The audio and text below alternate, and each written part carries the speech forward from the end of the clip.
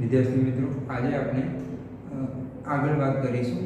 Last લેક્ચરની અંદર આપણે મેન્ડલના પ્રયોગની ચર્ચા કરી હતી. મેન્ડલના પ્રયોગમાં આપણે એક સંકરણના પ્રયોગ વિશેની વાત કરી હતી.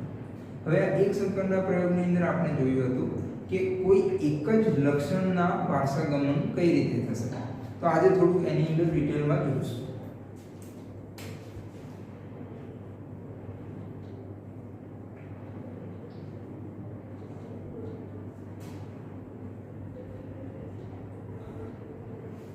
એક સંકરણના પ્રયોગની અંદર આપણે એક લક્ષણના વારસાગમનની વાત કરી હતી, જેમાં આપણે લાસ્ટ એક્ઝામ્પલ ઊંચા અને નીચા છોડ વિશેનું લીધું હતું, જેની અંદર આપણે પિતૃઓ તરીકે શુદ્ધ સંવર્ધિત છોડ લીધા હતા. એ બંને વચ્ચે પરફલન કરાયું હતું અને આપણને પ્રથમ સંતતિ મળી હતી, જેને આપણે પ્રથમ પેઢી તરીકે કહેતા હતા, F1 પેઢી તરીકે.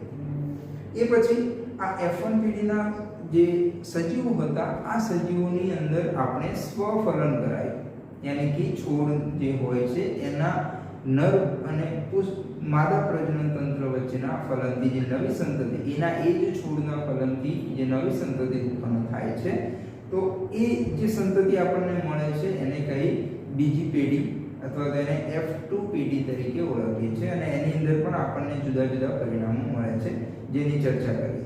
અગેન એ જ એક્ઝામ્પલને ફરી થોડું જોઈ લઈએ અને એ બીજા કયા વૈજ્ઞાનિકોએ બીજી કઈ પદ્ધતિથી આપણે એવા પરિણામો મેળવી શકીએ એની ચર્ચા કરીશું.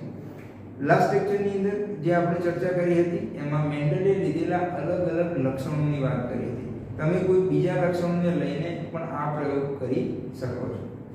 અને એ સાથે સાથે આપણે કારકોની વાત કરી હતી, કોને કારક કહેવામાં આવે, કોને જન્યુ કહેવામાં આવે છે અને કઈ રીતે એ વારસાગમન પામે છે. તો ફરીથી એક્ઝામ્પલ લઈ લઈએ કે ત્યાં આપણે લક્ષણ તરીકે વટાણાના છોડની ઊંચાઈની વાત કરીએ. અહીંયા મેન્ડલે લીધેલા લક્ષણોની અંદર બે વિરોધાભાસી લક્ષણો હોય છે. તો ઊંચાઈની અંદર અહીંયા બે વિરોધાભાસી લક્ષણની વાત કરીએ તો અહીંયા તો છોડ કેવા હોય છે, ઊંચા હોય છે, અથવા તો છોડ નીચા હોય છે.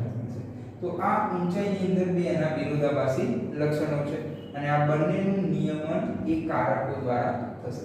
ઊંચાઈ માટે કારકની વાત કરી હતી. લાસ્ટ લેક્ચરની અંદર આપણે કયા પ્રકારની સંજ્ઞાઓ કારકો માટે વાપરવી જોઈએ, એના શું નિયમો છે એની વાત કરી હતી અને શા માટે એવી વાપરવી જોઈએ, કારણ કે આપણને આગળ જતા જે એક્સપેરિમેન્ટ છે એની અંદર કોઈ ભૂલ ના થાય એ માટે. તો સંજ્ઞાઓ તરીકે જો અહીંયા વાપરીએ તો આ ઊંચાઈની સંજ્ઞામાં t નો ઉપયોગ કરીએ છીએ. તો જે લક્ષણ અહીંયા પ્રભાવી છે, પ્રભાવી યાની કે જ્યારે વિષમયુગ્મી વનસ્પતિ હોય, યાની કે કારકોની અંદર જે આ કેપિટલ T અને સ્મોલ t આવેલા હોય, તો આ બંને જ્યારે વિષમયુગ્મી સજીવમાંથી જે લક્ષણ પ્રદર્શિત થાય છે એને આપણે પ્રભાવી કહ્યું હતું. અને જે લક્ષણનું પ્રદર્શન થતું નથી, યાની કે એની અભિવ્યક્તિ જોવા મળતી નથી, તો એવા લક્ષણને આપણે પ્રચ્છન્ન લક્ષણ કહીશું. તો અહીંયા જે આ બે એક્ઝામ્પલ છે, જે લક્ષણો છે એની અંદર ઊંચો જે છે એ આ પ્રભાવી લક્ષણ છે અને પ્રભાવી લક્ષણ માટે આપણે કેપિટલ ની સંજ્ઞા વાપરીએ છીએ.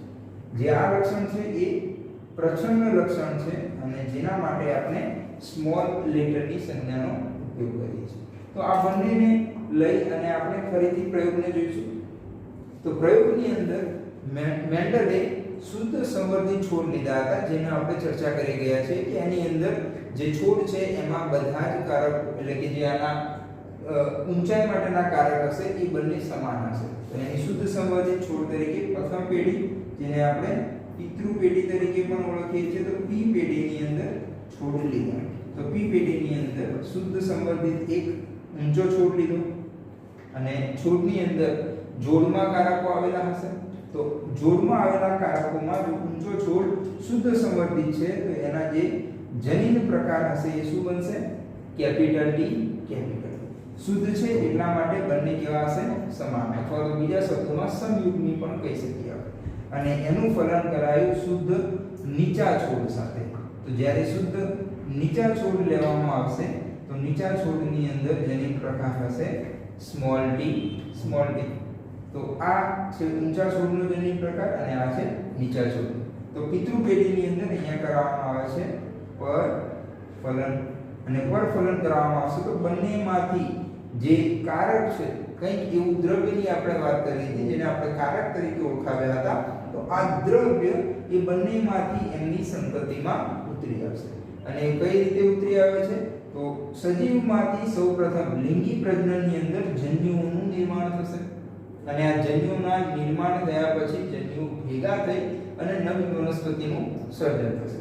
તો અહીંયાથી જ્યારે જન્યુ નિર્માણ પામશે તો નિર્માણ પામતા જન્યુઓ, અહીંયા બધા જ જન્યુ એ કેવા હશે? કેપિટલ ટી પ્રકારના, કારણ કે બંને કારકો કેવા છે? Capital T. અહીંયા બંને કારક સ્મોલ ટી છે, તો અહીંયા નિર્માણ પામેલ જન્યુની અંદર શું આવેલું છે? દરેક જન્યુમાં સ્મોલ ટી કારક આવેલું છે અને અહીંયાના દરેક જન્યુમાં કેપિટલ ટી કારક આવેલું છે.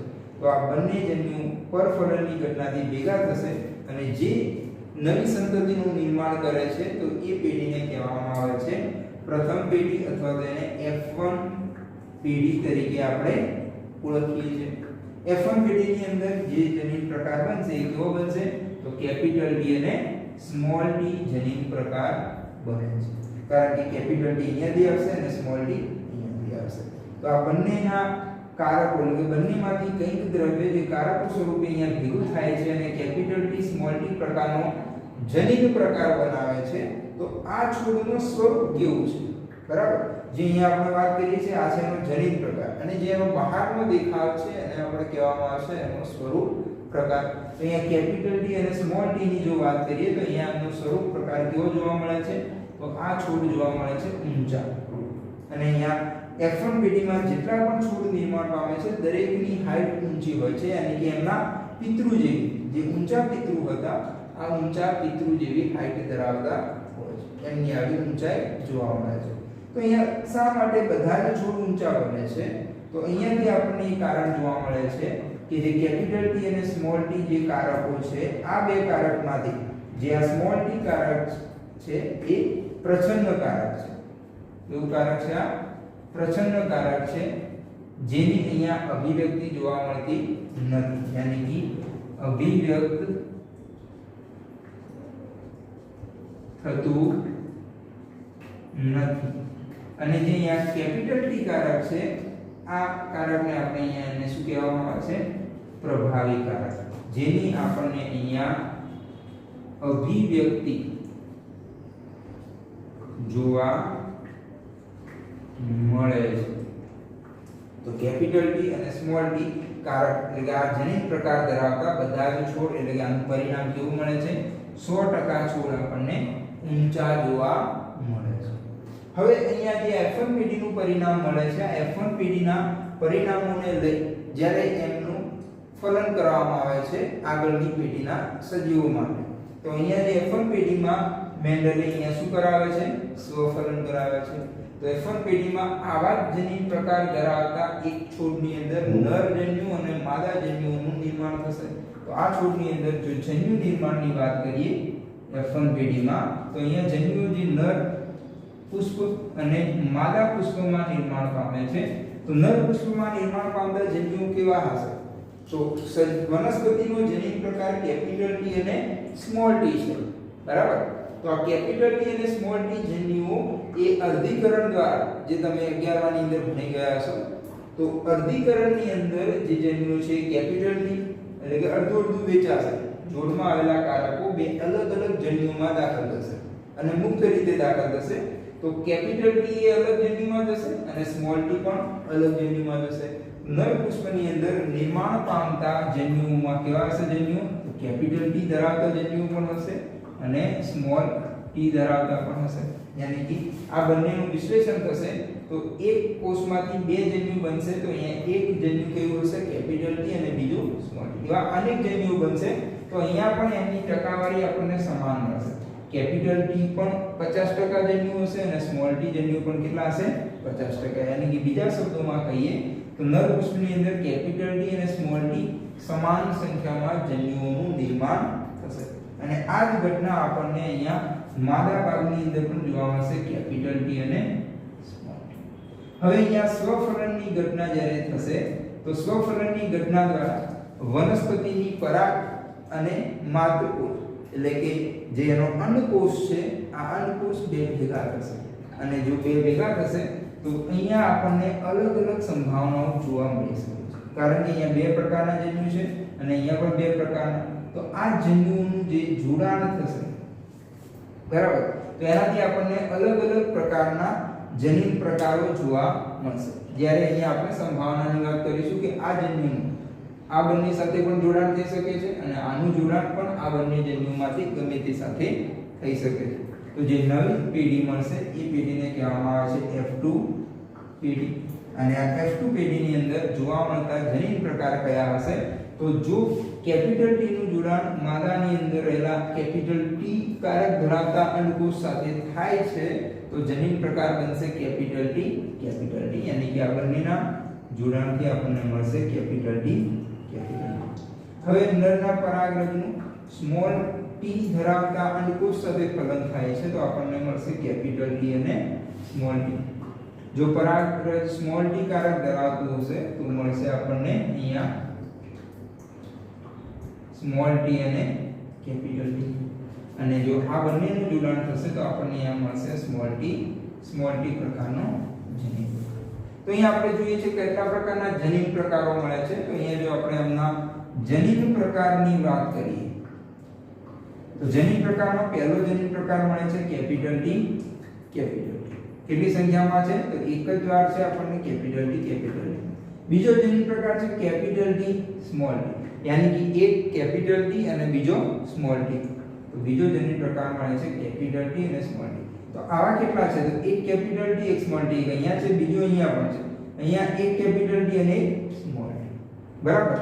આ બંને સમાન જનીન પ્રકાર જ કહી શકાશે. જેમ ગુણાકારની અંદર આપણે a b અથવા b a કહી શકીએ, એ જ રીતે કેપિટલ T સ્મોલ t હોય અથવા સ્મોલ t કેપિટલ T હોય તો આ એક જ પ્રકારનો જનીન પ્રકાર ધરાવતો છોડ કહી શકાશે. તો અહીંયા આવા જનીન પ્રકારો આપણને કેટલા મળે છે? 2. અને એક જનીન પ્રકાર મળે છે સ્મોલ t, સ્મોલ t. તો એમાં કેટલા છે? તો એકની સંખ્યા. તો અહીંયા આપણને જનીન પ્રકારો જે મળે છે એનું પરિણામ આપણે યાદ રાખીશું. તો અહીંયા જનીન પ્રકાર મળે છે capital T, capital T small t અને સ્મોલ t, સ્મોલ t. જો સંખ્યાની વાત કરીએ તો કેટલા જનીન પ્રકાર મળે? બરાબર. ની અંદર એક્ઝામમાં તમને આ રીતે પૂછી શકશે કે કોઈ પિતૃ પેઢી આપી દીધી હોય, આ રીતે કોઈ પિતૃ પેઢીના સજીવો આપી દીધા હોય અને એના પરથી પૂછે કે કેટલી સંખ્યામાં તમને જનીન પ્રકારો મળશે. બરાબર. અહીંયા તમને P પેઢીના જનીનો આપેલા હોય બે છોડના અને એક સંકરણનો પ્રયોગ કરવાનું કહે તો કેટલી સંખ્યામાં જનીન પ્રકાર મળશે? તો સંખ્યાની વાત કરીએ તો 1, 2 અને 3 જ પ્રકારના જનીન પ્રકારો મળે છે. અને જો એના પ્રમાણની વાત કરવામાં આવે તો capital T, capital T 1, capital T small t 2, small t 1. તો આનું પરિણામ યાદ રાખવાનું છે 1:2:1. તો આ છે આપણું પરિણામ જનીન પ્રકાર. હવે વાત કરવાની છે સ્વરૂપ પ્રકાર વિશે કે કેટલા પ્રકારના સ્વરૂપ પ્રકાર મળે. જેમાં જનીન પ્રકાર માટે પ્રશ્ન થઈ શકે એમ આપણે સ્વરૂપ પ્રકારના વિશે પણ પ્રશ્ન કરી શકાય કે કેટલા પ્રકારના સ્વરૂપ પ્રકાર યાની કે બાહ્ય દેખાવ અને જનીન પ્રકાર યાની કે એમના કોષની અંદર રહેલા કારકોની ગોઠવણીની અહીંયા વાત કરી છે, એટલે કે કયા કારકો આવેલા છે. તો અહીંયા સ્વરૂપ પ્રકારની જો વાત કરીએ તો કેપિટલ T, કેપિટલ T અહીંયા બંને કેવા છે? પ્રભાવી કારકો છે. તો આ જે છોડ હશે એ કેવો હશે? ઊંચો હશે. બરાબર. અહીંયા કેપિટલ T અને સ્મોલ t આવેલું છે જેની આપણે ચર્ચા પહેલા પણ કરી ગયા છે કે અહીંયા કેપિટલ T અને સ્મોલ t ધરાવતા જનીન પ્રકાર ધરાવતા છોડ F1 પેઢીમાં જ્યારે મેન્ડલને મળે છે તો આ બધા જ છોડ ઊંચા મળે છે. બરાબર. એનો જનીન પ્રકાર કેપિટલ T, સ્મોલ t છે, પરંતુ સ્વરૂપ પ્રકાર કેવો હોય છે? ઊંચો હોય છે. જેના આધારે આપણે તારણ કાઢી શક્યા હતા કે સ્મોલ t એ પ્રચ્છન્ન છે જે અભિવ્યક્ત થતું નથી અને કેપિટલ T એ પ્રભાવી છે જેની અભિવ્યક્તિ જોવા મળે છે. તો અહીંયા કેપિટલ T આવે છે, પ્રભાવી કારક છે, એટલા માટે આનો સ્વરૂપ પ્રકાર કેવો બનશે? ઊંચો. અહીંયા પણ સ્મોલ t અને કેપિટલ T હાજર છે, કેપિટલ T પ્રદર્શિત થશે, સ્મોલ t અભિવ્યક્ત થશે નહીં, એટલા માટે આનો સ્વરૂપ પ્રકાર બનશે ઊંચો. અને સ્મોલ t અહીંયા બંને પ્રચ્છન્ન કારક છે, કોઈ પ્રભાવી કારક નથી, તો અહીંયા પ્રચ્છન્ન કારકની અભિવ્યક્તિ થશે અને પ્રચ્છન્ન કારકની અભિવ્યક્તિ થશે તો છોડ બનશે નીચે. તો જો સ્વરૂપ પ્રકારની વાત કરીએ તો ઊંચો અને નીચો. તો અહીંયા બે પ્રકારના સ્વરૂપ પ્રકાર મળે છે. યા તો છોડ કેવો બનશે? ઊંચો, અથવા તો છોડ કેવો મળે છે? નીચો. તો તો જો એ જ રીતે સ્વરૂપ પ્રકારની સંખ્યા પૂછવામાં આવે તો બે ઊંચા અને નીચા, અને એનું પ્રમાણ પૂછવામાં આવે તો ઊંચા છોડ કેટલા છે 1 2 અને 3 છે અને નીચા છોડ કેટલા છે 1. તો એક સંકરણના આ બે પરિણામો આપણે યાદ રાખવાના છે. બરાબર, એક્ઝામ ની અંદર તમને કંઈક આ રીતના પીપીટી પરથી થોડાક ડિફરન્સ કરી અને પૂછી શકે છે અને એના પરિણામોમાં પણ તફાવત આવી શકે છે, પરંતુ મેન્ડલના એક સંકરણના પરિણામો ખાસ કરીને યાદ રાખવાના, કારણ કે આપણને આગળ દ્વિસંકરણ અને બીજા પ્રયોગોની અંદર મદદ મળે. તો આનું પરિણામ છે જેનિંગ પ્રકાર 1:2:1 અને સ્વરૂપ પ્રકાર છે 3:1. તો આ એક સાદી રીતની આપણે પહેલા પણ થોડીક ચર્ચા કરી ગયા હતા, એક રિવિઝન ની અંદર ફરીથી આપણે એની ચર્ચા કરી. તો હવે આ જે પરિણામો જે આપણને મળ્યા છે, આ પરિણામોને બીજા ઘણા વૈજ્ઞાનિકોએ અલગ અલગ પદ્ધતિથી મેળવવાની રીતો આપી છે. એક રીતની વાત કરવાની છે જેને કહેવામાં આવે છે પુનેટ સ્ક્વેરની પદ્ધતિ. રેજિનાલ્ડ સી પુનેટ નામના વૈજ્ઞાનિકે આપણને પદ્ધતિ આપી હતી, જેના દ્વારા અહીંયા આપણે જેમાં પોસિબિલિટીઝની વાત કરી તો એ રીતે જોડકાની જગ્યાએ એક સ્ક્વેરની મદદથી, કોઠાની મદદથી આપણે આ પરિણામોને મેળવી શકીએ છીએ. તો હવે જોઈએ કઈ રીતે આપણને એ પરિણામો મળી શકે છે.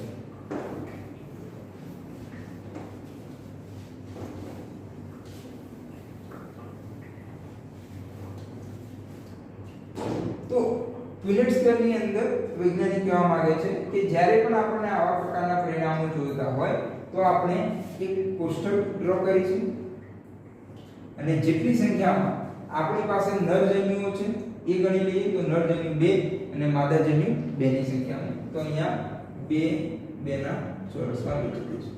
એક તરફ નરજન્યુ લખીશું, બીજી તરફ માદાજન્યુ લખીશું. નરજન્યુ છે કેપિટલ T સ્મોલ t, અહીંયા આપણે લખીશું કેપિટલ T, અહીંયા લખીશું સ્મોલ t. તે જ રીતે માદાજન્યુ કેપિટલ T અને સ્મોલ t, તો માદાજન્યુમાં અહીંયા લખીશું કેપિટલ T અને અહીંયા લખીશું સ્મોલ. હવે જે ક્રોસ થશે એ પ્રકારના આપણે એ પરિણામો લખી શકીએ. જેમ અહીંયા છે કેપિટલ T, અહીંયા છે કેપિટલ T, તો અહીંયા જે સંકરણથી છોડ બનશે એ કેવો બનશે કેપિટલ T કેપિટલ. હવે આ કેપિટલ T અને સ્મોલ t, તો આ બંનેના સંકરણથી મળશે આપણને કેપિટલ T અને સ્મોલ t. સ્મોલ t અને કેપિટલ T, તો આ કોષ્ટકમાં પરિણામ મળશે સ્મોલ t અને કેપિટલ, અને આ કોષ્ટકનું પરિણામ મળશે આપણને સ્મોલ t સ્મોલ. તો જે પરિણામો અહીંયા આપણને મળ્યા છે એ રીતે જનીન પ્રકારો મેળવી શકીએ છીએ. તો આ રીતે ઘણી બધી મોટી સંખ્યા અહીંયા આપણને ઈઝી લાગે છે, સરળ લાગે છે, કારણ કે જન્યુની સંખ્યા કેવી છે ઓછી.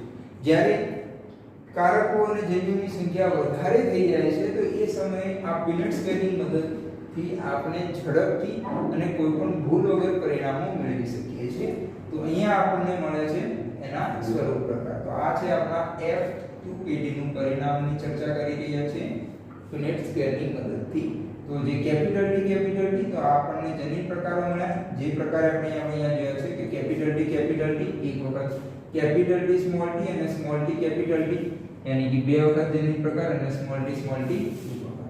એ જ જનીન પ્રકાર અને આના સ્વરૂપ પ્રકારની વાત કરીએ તો અહીંયા પ્રભાવી છે એટલે ઊંચો બનશે, બરાબર. અહીંયા પ્રભાવી છે તો આ પણ ઊંચો બનશે અને અહીંયા પણ પ્રભાવી છે તો આ ઊંચો બનશે, અને અહીંયા બંને પ્રચ્છન્ન કારકો આવેલા હશે એટલા માટે આ નીચો જોડ મળશે. તો 1 2 3 1, यानी कि જે સ્વરૂપ પ્રકાર મળશે આપણને મળે છે 3:1 નું પ્રમાણ મળે છે. તો આ પુનેટ સ્ક્વેરની મદદથી આપણે F2PD નું પરિણામ મેળવીશું. એ જ રીતે F1PD નું પરિણામ પણ મેળવી શકીએ છીએ. કઈ રીતે? જો F1PD ના પરિણામો જોવા હોય તો કઈ રીતે મેળવી શકીએ? તો એ જ રીતે F1PD માટે આપણે જાણીએ છીએ કે પિતૃ પેઢીની અંદર કયા પ્રકારના આપણને સજીવો મળે. તો પિતૃ પેઢીની અંદર કેપિટલ T અને સ્મોલ t. આમના જન્યુ બને છે તો બધા જન્યુ કેપિટલ T, આના બધા જન્યુ સ્મોલ t હશે.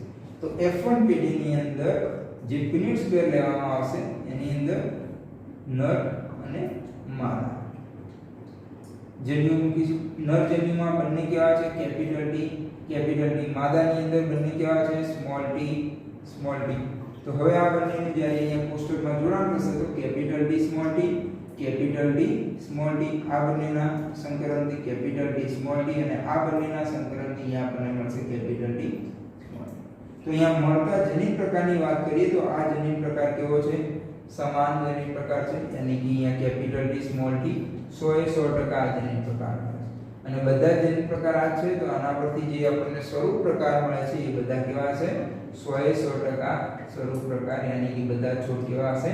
ઊંચા. તો આ યુનિટ સ્કેલની પદ્ધતિ છે જેના દ્વારા આપણે F2 F1 પેઢીના પરિણામો પણ મેળવી શકીએ છીએ. આની જ મદદથી આપણે જન્યુઓનું નિર્માણ પણ જાણી શકીએ છીએ. અહીંયા આપણને ઈઝી છે, બરાબર? કેપિટલ ટી તો બે જન્યુ મળશે, પરંતુ જ્યારે આ લક્ષણોની જોડોની સંખ્યા અહીંયા 1 છે, આવી રીતે દ્વિસંકરણની અંદર બે જોડમાં લક્ષણો હશે અને એનાથી પણ વધારે સંખ્યામાં જ્યારે આપણે લક્ષણોની જોડ લઈશું અને એ જોડ ઉપરથી જન્યુઓનું નિર્માણ કરીશું તો એ સમયે આપણને આ પદ્ધતિ ઘણી સરળ લાગશે. તો એક આ પદ્ધતિ હતી યુનિટ સ્કેલ, જેના દ્વારા આપણે આ F1 અને F2 પેઢીના પરિણામો મેળવીશું. બીજું છે ગાણિતિક પદ્ધતિ દ્વારા પણ આપણને આ જ પ્રકારના થોડાક પરિણામો મળી શકે છે ને એ પ્રકારથી નીટની અંદર MCQ પણ પૂછાય છે, બરાબર? એને એકવાર જોઈ લઈએ.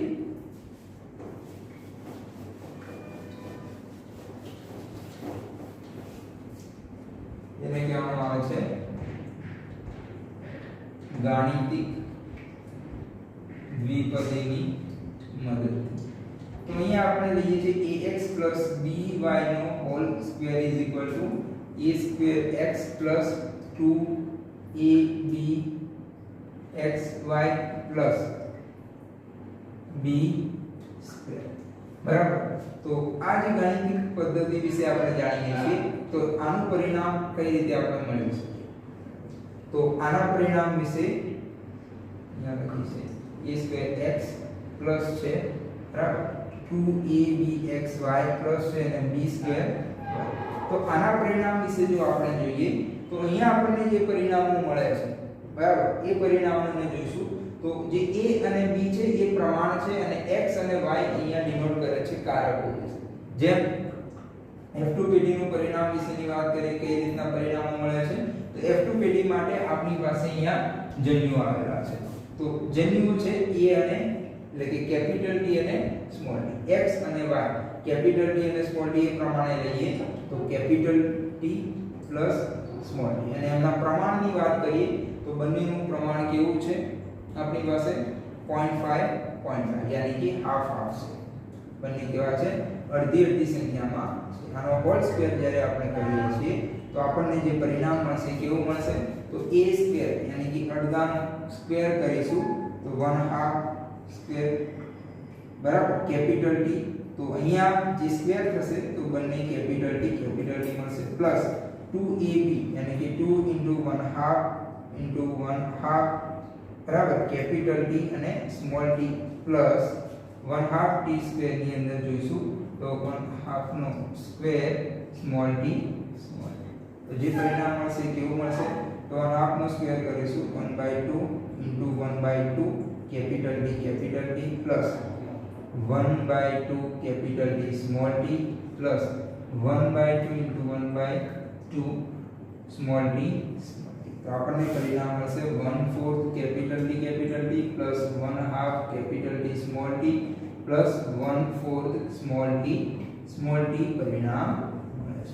અને આ પરિણામ આપણને એના જનીન પ્રકાર વિશેની સમજૂતી આપી શકે છે. કઈ રીતે જનીન પ્રકાર? તો અહીંયા ત્રણ પ્રકારના જનીન પ્રકાર મળે છે: કેપિટલ T સ્મોલ t અને સ્મોલ t જે આપણે અહીંયા જોઈએ છે કેપિટલ T સ્મોલ t અને એનું પરિણામ કેવું છે? 1/4 1/2 અને 1/4. यानी कि આને જોઈએ તો આપણને પરિણામ મળી શકે 1:2:1 ના પ્રમાણમાં મળે છે. અને એ જ પ્રકારથી આપણે એમના સ્વરૂપ પ્રકાર પણ મેળવી શકીએ છીએ આના દ્વારા. જેમ કેપિટલ T છે તો આ સ્વરૂપ કેવો મળશે? આનો ઊંચો. કેપિટલ T સ્મોલ t તો આ બે છોડ કેવા હશે? ઊંચા. અને સ્મોલ t તો આ છોડ કેવો હશે? નીચો. તો આ બંને ઊંચા 2 + 1 ત્રણ છોડ ઊંચા મળે છે અને 1 એક છોડ નીચો મળે છે. તો ગાણિતિક દ્વિપદીની મદદથી પણ આપણે આ જ પ્રકારના પરિણામો મેળવી શકીએ. તો અહીંયા આપણે ફરીથી એક સંકરના પ્રયોગને સમજવાની કોશિશ કરી છે, બરાબર. એક સંકરના પ્રયોગને જે F2 અને F1 પેઢીના પરિણામો છે એ પુનેટ સ્ક્વેર અને ગાણિતિક દ્વિપદીની મદદથી કઈ રીતે મેળવી શકાય એની વાત કરી છે. તો આજે આપણે આ બે નવી પદ્ધતિ વિશેની વાત કરી છે. નેક્સ્ટ ક્લાસની અંદર કસોટી સંકલન વિશે જોઈશું, બરાબર, જેની અંદર સમયુગ્મી અને વિષમયુગ્મી છોડ કોને કહેવાય એની સમજૂતી મળી શકશે. જેમ પ્રશ્ન પૂછી શકીએ કે આ જે સ્વરૂપ પ્રકાર આપણે અહીંયા જોઈએ છીએ ઊંચા અને નીચા, જેને તો આપણે બહારથી જોઈએ, બરાબર, આપણી આંખેથી જોઈએ તો જાણી શકીએ કે આ છોડની ઊંચાઈ એ વધારે છે, આ છોડની ઊંચાઈ નીચે છે. પરંતુ કઈ રીતે ડિફરન્શિએટ કરી શકીએ કે કયો છોડ, જે ઊંચા છોડ આપણને 3 મળ્યા, બરાબર, આ 3 ઊંચા છોડમાંથી કયા છોડનું જનીન પ્રકાર કેપિટલ T છે યા તો કયા છોડનું જનીન પ્રકાર કેપિટલ T સ્મોલ t છે. શું એવું થઈ શકે કે આપણે છોડને બહારથી જોઈએ બંનેની હાઈટ સરખી છે, તો કઈ રીતે આપણે જાણી શકીએ છીએ કે એ છોડના જનીન પ્રકાર સમયુગ્મી કેપિટલ T છે, યાની કે બંને કેપિટલ T છે એનો જનીન પ્રકાર, યા તો એના જનીન પ્રકાર કેપિટલ T સ્મોલ t છે, યા તો બીજા શબ્દોમાં કહીએ તો શું આ ઊંચો છોડ કેપિટલ T યાની કે સમયુગ્મી છે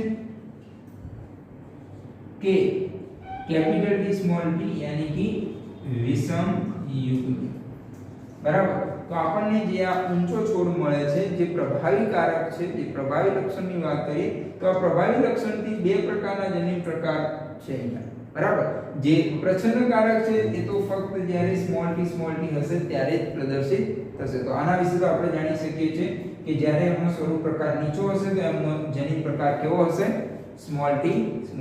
પરંતુ ઊંચો છોડ છે, પ્રભાવી લક્ષણ છે, તો એનો જનીન પ્રકાર બે પ્રકારના હોઈ શકે ઊંચા છોડના, યા તો કેપિટલ T સમયુગ્મી યા તો કેપિટલ T સ્મોલ t વિષમયુગ્મી. તો કઈ રીતે આપણે જાણી શકીએ કે આનો જનીન પ્રકાર સમયુગ્મી છે કે વિષમયુગ્મી, તો એને જોઈશું નેક્સ્ટ લેક્ચરની અંદર કસોટી સંકલન.